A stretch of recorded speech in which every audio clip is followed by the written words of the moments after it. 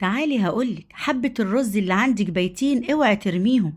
هاتي عليهم ربع بانيه وبيضاية واعملي أحلى وليمة بيهم. أحلى حاجة هتعمليها بيحبوها. سمي الله وصلي على رسول الله وتعالوا نبدأ الفيديو بتاعنا.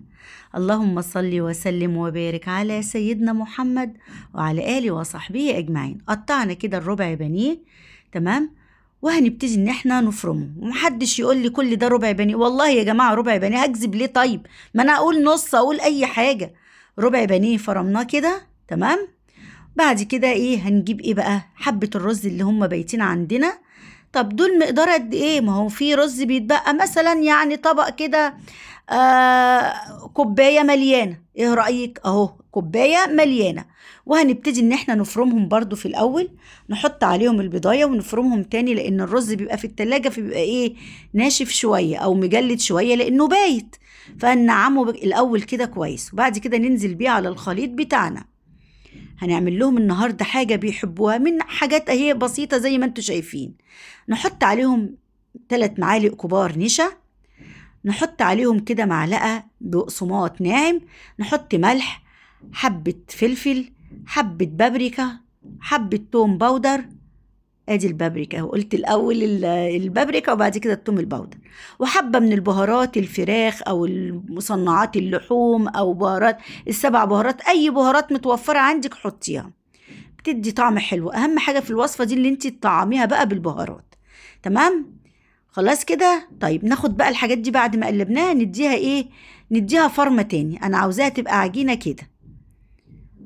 أكلة بسيطة من ربع كيلو بانيه، هتشوفي دلوقتي هيعمل لك كمية قد إيه. حاجة الولاد بيحبوها كده وبيموتوا فيها، وبتشتريها بالغالي. والله يا جماعة بنشتري الحاجات دي بالغالي.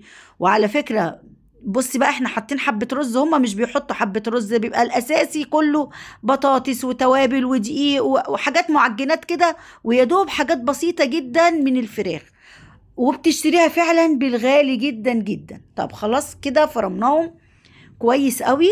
هنعمل النهارده ناجتس بطريقه اقتصاديه جميله، من حبه رز بيتين وربع بانيه. هتشوفي دلوقتي كميه قد ايه. طيب هنبتدي ان احنا نفرد بقى معانا عجينه كده تشكليها حلو قوي.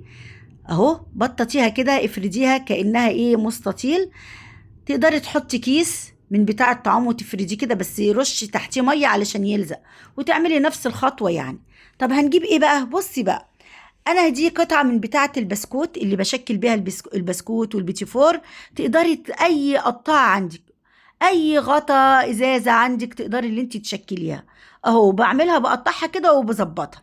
الناجتس طبعا بيبقى قطع صغيره، تقدري لو عندك شكل النجمه تعملي بيه اي حاجه. يا ستي ما عندكيش اي حاجه خالص، بايدك كده وشكليها بايدك بالسكينه وقطعيها مربعات كده. يعني بصي حاجه سهله وبسيطه جدا. بنحطها في ايه بقى؟ في دقيق على بقسماط، دقيق على ايه، بقسماط مطحون. وتقدري تحطي عليه حبة توابل برضو علشان يطعملك الناجتس بتاعتك. بس كده وبتحطيها وخلاص على كده. وصفة لذيذة وسهلة وجميلة، وبصي هترمي معاكي كمية حلوة.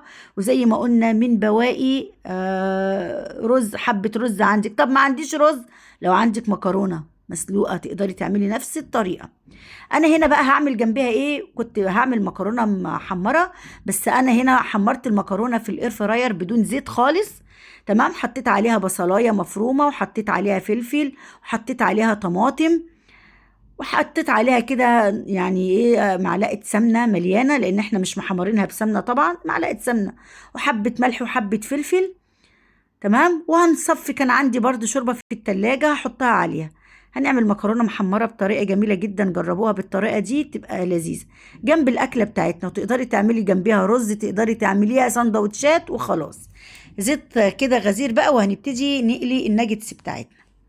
عاوزه اقول لك بقى، لو اول مره كده بتشوفيني ما تنسيش تعملي متابعه، ما تنسيش طبعا تعملي مشاركه للفيديو علشان يوصل لكل اخواتك وحبايبك.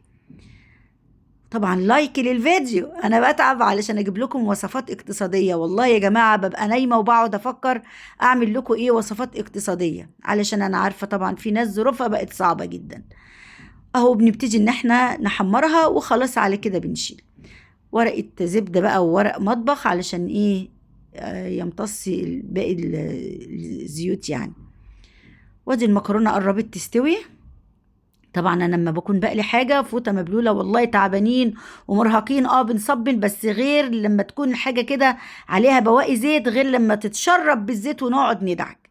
انا بقول لك برضو افكار، عارفه قد ايه الام بتتعب والمدارس داخله ومذاكره، وفي منهم الموظفين. يا رب يعين كل ام يا رب، وكل اب طبعا بيسعى ويجتهد علشان يوفر لاولاده الحياه الجميله يعني بقدر الامكان طبعا. اهو زي ما انتوا شايفين كده، وبخلص وبنقلي بقية الكمية. هتشوفي بقى كمية قد ايه، بربع كيلو بانيه. زي ما قلنا اي بواقي عندك، مكرونة، رز، زي ما انتوا شايفين كده. الولاد مش بيبقوا بياكلوهم، ربع بانيه. شايفين الكمية قد ايه؟ مش قادرة اقول لكم جمالها، مش قادرة اقول لكم انتوا الكيس ده بتشتروه بكام اصلا. وزي ما قلنا بيبقى نسبة اللحوم أو الفراخ فيها قليلة جدا، كلها مصنعات من البطاطس والمعجنات، الدقيق ودقيق بصي دقيق الذرة وكله، وبيتبل وبتتباع بأغلى الأسعار. شايفين ما شاء الله؟ يستاهل لايك ولا لأ؟ الله بجد على جماله. وبس كده، وتعالوا بقى نقدم المكرونة بتاعتنا سخنة ولذيذة وجميلة. الله بجد، شايفين الجمال؟ مكرونة المحمرة بالطريقة دي اعملوها، جميلة جدا هتعجبكم قوي. وخلاص على كده، وطبق سلطة وألذ غدا. تقدري بقى تحطي عليهم صوص كاتشب اللي هم بيحبوه. على فكرة تقدري كمان تعمليها والله للمدارس وتجهزيها كده وتطلعيها على القلي، يعني تحطيها في البقسماط وشيليها في الفريزر وتعملي لهم منها أحلى سندوتشات. ويا رب فيديو النهاردة يكون عجبكم، وانتظروني إن شاء الله في فيديو جديد. ما تنسوش اللايك، ما تنسونيش بدعوة حلوة من قلوبكم. والسلام عليكم ورحمة الله وبركاته.